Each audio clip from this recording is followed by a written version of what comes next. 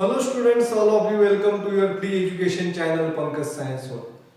Students, from today we are going to start new chapter. The name of chapter is Chemical Reaction and Equation. तो chapter का नाम क्या है?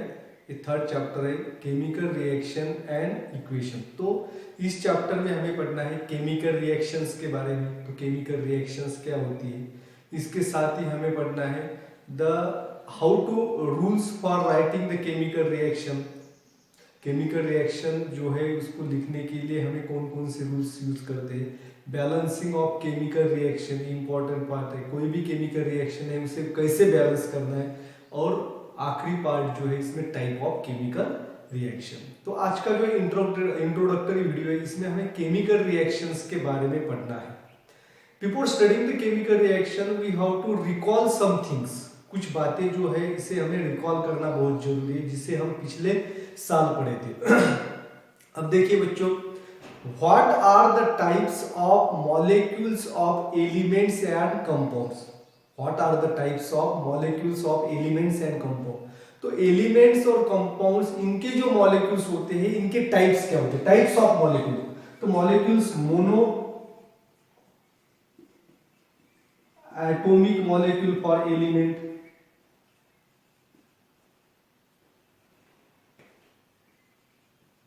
Monoatomic, diatomic molecule, monoatomic molecule and polyatomic molecule. These are the types of element molecule. अब elements के molecule जो है monoatomic, diatomic, polyatomic. Monoatomic कौन से है बच्चों? अब देखिए जिनमें हम जो है helium, neon, organ, these elements they are exist in the form of atoms। इनके मॉलिक्यूल्स जो है इसके मॉलिक्यूल में एक ही एटम होता है, therefore it is called as monoatomic molecule. Diatomic molecules जैसे कि हम हाइड्रोजन, ऑक्सीजन, क्लोरीन एग्जांपल के तौर पे। तो हाइड्रोजन, ऑक्सीजन, क्लोरीन ये जो एलिमेंट्स जो है एटॉमिक स्टेट में नहीं रह सकते, तो ये मॉलिक्यूलर फॉर्म में रहते हैं। तो पॉलीएटॉमिक यानी कि दो से ज्यादा एटम्स अगर उनके मॉलिक्यूल्स में है तो they are called as polyatomic molecule. For example L3 etcetera. तो इस तरह से। और कंपाउंड्स जो है, कंपाउंड्स के मॉलिक्यूल्स जो होते हैं we can number the molecules of compound. अब देखिए कंपाउंड देखिए sodium chloride, this is the single molecule of sodium chloride. If you write the number 2, this represents the 2 molecules of sodium chloride. तो molecule compounds में monoatomic, diatomic ऐसा नहीं होता। तो elements के मॉलिक्यूल्स जो है इसमें हम इस तरह से टाइप्स जो है वो लिखते हैं। अब second, what is meant by valency. तो वैलेंसी किसे कहते हैं बच्चों? हमने पिछले चैप्टर में पढ़ा था वैलेंसी के बारे में, जिसमें मैंने आपको वैलेंसी के बारे में डिटेल में बताता। The combining capacity of an element is called as valency. तो कंबाइनिंग कैपेसिटी की क्या होती है? एक एलिमेंट दूसरे एलिमेंट के साथ कंबाइन होकर कंपाउंड्स तैयार करता है। तो एक एलिमेंट्स के कितने एटम्स दूसरे एलिमेंट्स के एटम के साथ कंबाइन होंगे, ये सभी किस पर निर्भर होता है? वैलेंसी के ऊपर निर्भर होता है। Therefore valency is the important chemical property of the element. अब देखिए what is the requirement for writing the molecular फॉर्मूले ऑफ कंपाउंड। तो कोई भी कंपाउंड जो है इसके मॉलिक्यूलर फॉर्मूले लिखने के लिए हमें कौन सी बात जो है वो बहुत जरूरी होती है? We have studied last year that while writing the molecular फॉर्मूले we should how to know the molecular formula of the elements and how many elements combined with the other elements, that is the valency। तो उनकी valency हमें पता होना चाहिए और उनके symbol हमें पता होना चाहिए, तब जाके हम मॉलिक्यूलर फॉर्मूले लिख सकते हैं। अब देखिए how are the molecular formulas of the compounds are written. Molecular फॉर्मूले कैसे लिखते हैं? मैं शॉर्ट में रिकॉल कर देता हूं। अब मुझे लिखना है सिर्फ कॉपर सल्फेट, कॉपर सल्फेट है और कैल्शियम हाइड्रोक्साइड। अब ये दोनों फॉर्मूले लिखे। अब कॉपर सल्फेट में क्या होगा, कॉपर और सल्फेट जो है ये रेडिकल्स इसमें होगा कॉपर सल्फेट। तो ये इसका फॉर्मूला है। फॉर्मूला कैसे लिखते हैं, अब कॉपर की वैलेंसी है 1 और सल्फेट की जो है कॉपर की यहाँ पे 2 है और सल्फेट की 2 है, therefore they forms the compound as Cu2SO2। तो दोनों की वैलेंसी सेम होने की वजह से यहाँ पे फार्मूला है CuSO4। अब कैल्शियम हाइड्रोक्साइड, कैल्शियम हाइड्रोक्साइड का भी सेम है, कैल्शियम और हाइड्रोक्साइड। अब कैल्शियम जो है इसकी वैलेंसी है 2 और हाइड्रोक्साइड जो है इसकी वैलेंसी जो है ये है 1। तो फार्मूला यहाँ पे तैयार होगा Ca1OH/2, यानी कि कैल्शियम हाइड्रोक्साइड इस कंपाउंड में कैल्शियम के एक एटम और हाइड्रोक्साइड जो है इसके 2 एटम, 2 मॉलिक्यूल्स इसमें प्रेजेंट होते हैं। OH ये रेडिकल है, तो OH रेडिकल्स जो है ये 2 होंगे और कैल्शियम जो है ये 1 होगा। And in this way the molecular formulas are written. तो all this things we had studied in last year. तो लास्ट ईयर हमने इन सभी चीजों को पढ़ा है।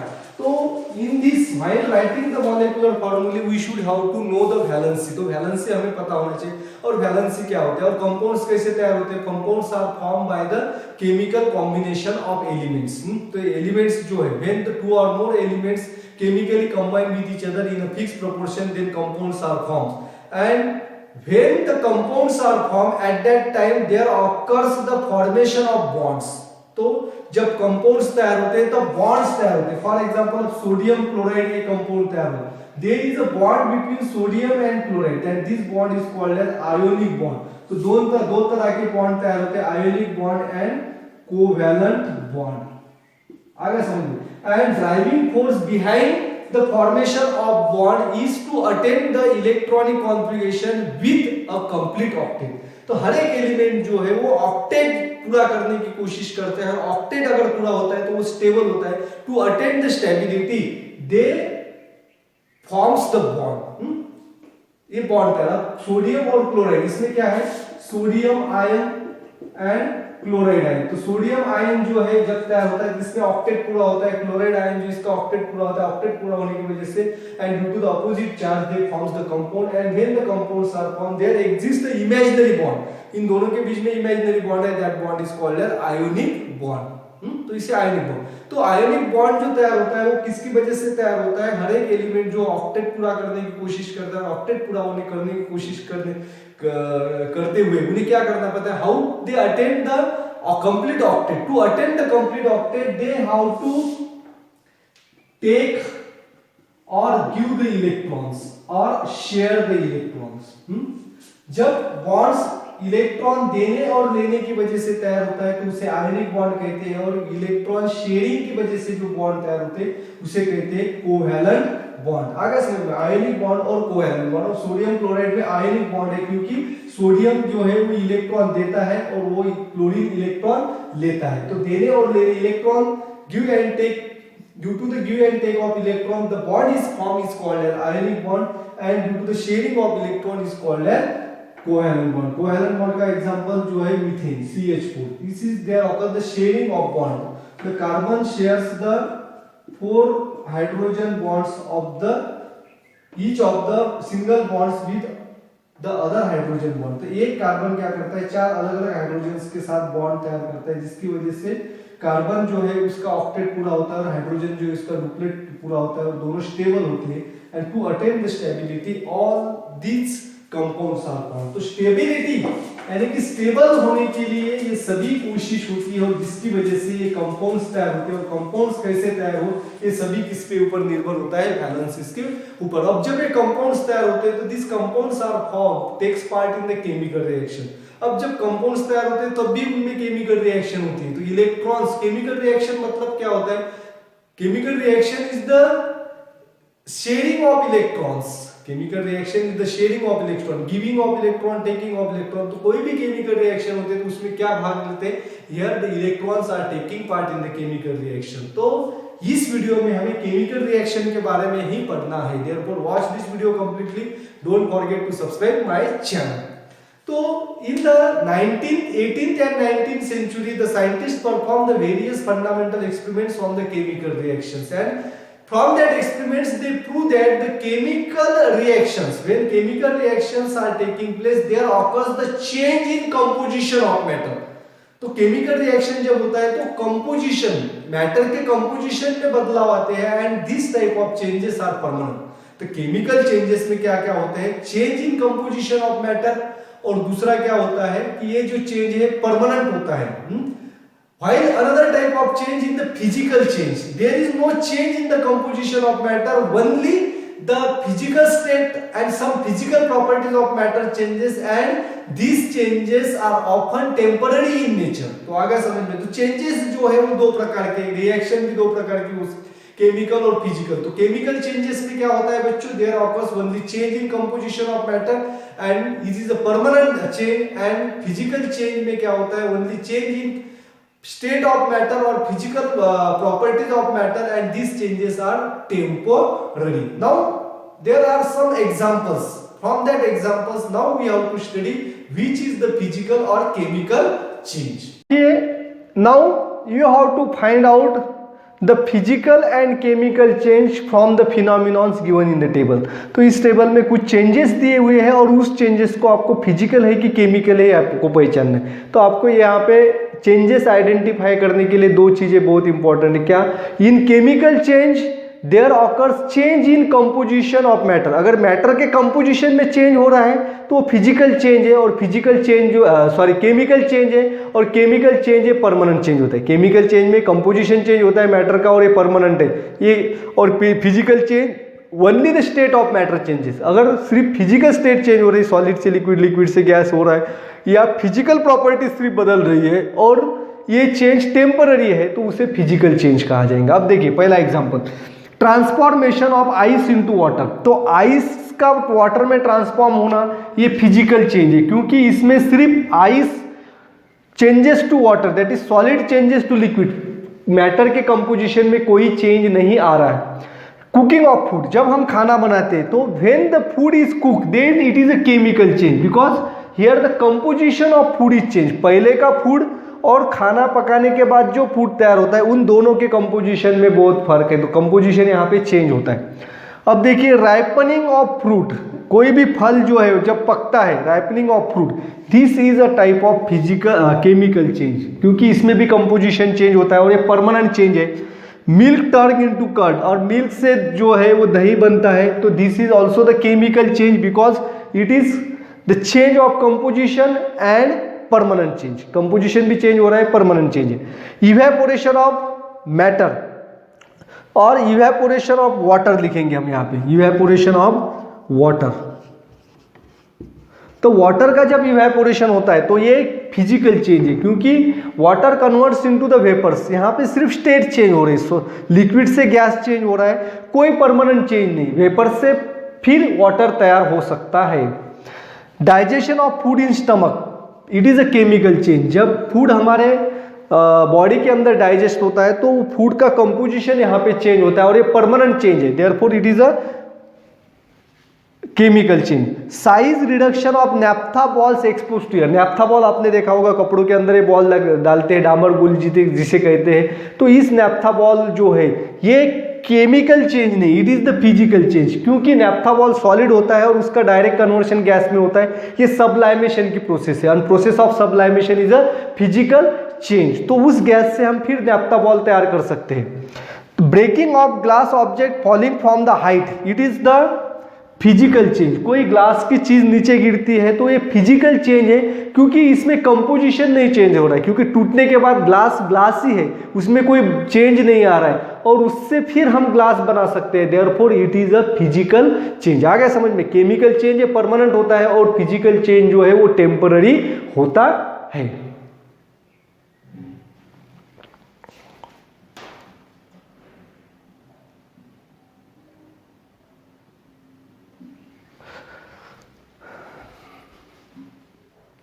Now see what is the physical and chemical change. और फिजिकल और केमिकल चेंज में क्या फर्क होता है? When there occurs the physical change, physical properties of the matter are changed. During the process of physical change, there occurs the change in parameters like temperature, pressure and state of matter. Physical change में क्या होता है, temperature में बदलाव आता है, pressure में बदलाव आता है, मैटर जो है उसकी स्टेट चेंज होता है, सॉलिड से लिक्विड, लिक्विड से गैस, गैस से लिक्विड. तो इस तरह से जो है ये parameters. And this physical changes are often reversible. Physical changes क्या है, रिवर्सिबल. इसका मतलब क्या है, the original substance is get back again in the physical change. तो फिजिकल चेंज में ओरिजिनल सब्सटेंस हमें पुनः प्राप्त होता है. For example the burning of candle. जब वैक्स की कैंडल जब जलती है तो this wax melt, it converts into the liquid and this melted wax again convert into the solid wax. That is the melting of wax. जो है ये physical change का एग्जांपल है, जिसमें हम सॉलिड से लिक्विड वैक्स में ट्रांसफॉर्मेशन होता है. हीटिंग करने के बाद on cooling we will get the solid wax again, यानी कि ओरिजिनल सब्सटेंस हमें पुनः प्राप्त होता है. Therefore it is the reversible. There is no change in the composition of matter in physical change. तो फिजिकल चेंज में मैटर के कंपोजिशन में कोई चेंज नहीं आता. अब मैं एग्जाम्पल से आपको समझाता हूं. The ice get transformed into the water on heating, and if we cool the water it again get transformed into the ice, and this is a type of physical change. ये कौन सा change है, physical change. अब देखिए physical change क्यों है, there is no change in composition. Matter के composition में कोई चेंज नहीं आया है. क्यों नहीं आया, अब देखिए. In the ice form, the each molecule of ice is made up of H2O, and in water form, each molecule of water is made up of H2O. Therefore, composition remains the same. इनके composition में कोई बदलाव आया है क्या, नहीं.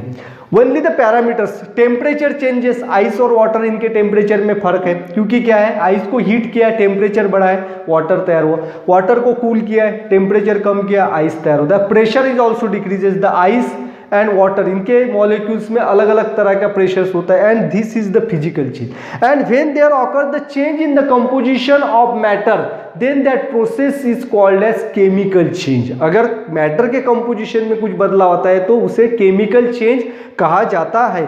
When we call a particular process or phenomenon a chemical change, there occurs a chemical reactions are taking place in the matter.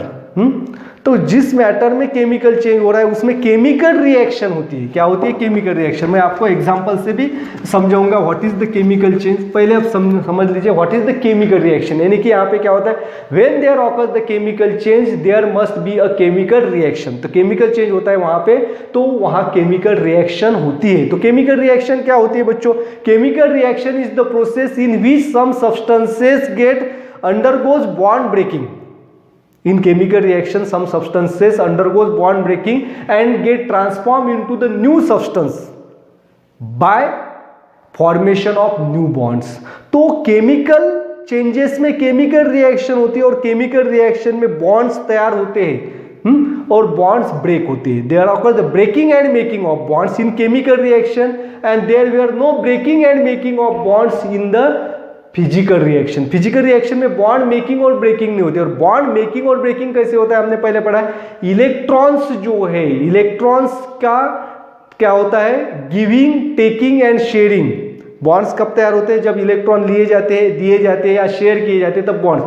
तो electrons की शेयरिंग होती है, इलेक्ट्रॉन्स यहाँ पे इन्वॉल्व होते हैं. और फिजिकल रिएक्शन में इलेक्ट्रॉन्स की कोई इन्वॉल्वमेंट नहीं होती है. This is the difference between physical and chemical change. And the substances which are taking part in the chemical reactions, they are called as reactant, and the new substance which is formed by the new bond is called as product. तो chemical reaction में जो भी substance हिस्सा लेते हैं उसे reactant कहते हैं, और जो नए पदार्थ तैयार होते हैं जिसमें नए बॉन्ड तैयार होते हैं उसे प्रोडक्ट कहा जाता है. अब एग्जांपल से समझेंगे. फॉर एग्जांपल अब देखिए एक एग्जांपल मैं यहाँ पे बता रहा हूँ आपको. The formation of carbon dioxide gas due to the burning of coal in air. जब कोल जो है, कोल को अगर हम जलाएंगे तो वहां से वहां पे कार्बन डाइऑक्साइड तैयार होता है. Coal, when coal burns at that time it reacts with oxygen of air. कोई भी बर्निंग प्रोसेस होती है तो उसमें ऑक्सीजन जो है वहां पे रिएक्ट होता है. तो coal reacts with oxygen to form the carbon dioxide gas, carbon dioxide. तो here the coal and oxygen are taking part in the reaction, therefore they are called as reactant. तो chemical reaction ये हुई है कि कोल burn होता है तो उसकी रिएक्शन ऑक्सीजन के साथ होती है और कार्बन डाइऑक्साइड तैयार होता है। तो कोल और ऑक्सीजन इसमें रिएक्शन हो रही, तो ये रिएक्टेंट है और नया पदार्थ तैयार हो रहा है, नया बॉन्ड तैयार हुआ है कोल और ऑक्सीजन के बीच में, therefore it is called as product. Therefore the chemical reaction includes reactant and product and chemical reactions are represented by the chemical equation. तो केमिकल रिएक्शन जो है वो इस तरह से केमिकल इक्वेशन से दर्शाते हैं। Then what is chemical equation? तो केमिकल इक्वेशन के बारे में नेक्स्ट वीडियो में आपको जानकारी दी जाएगी। Thanks for watching complete video. Don't forget to subscribe my channel. Thank you.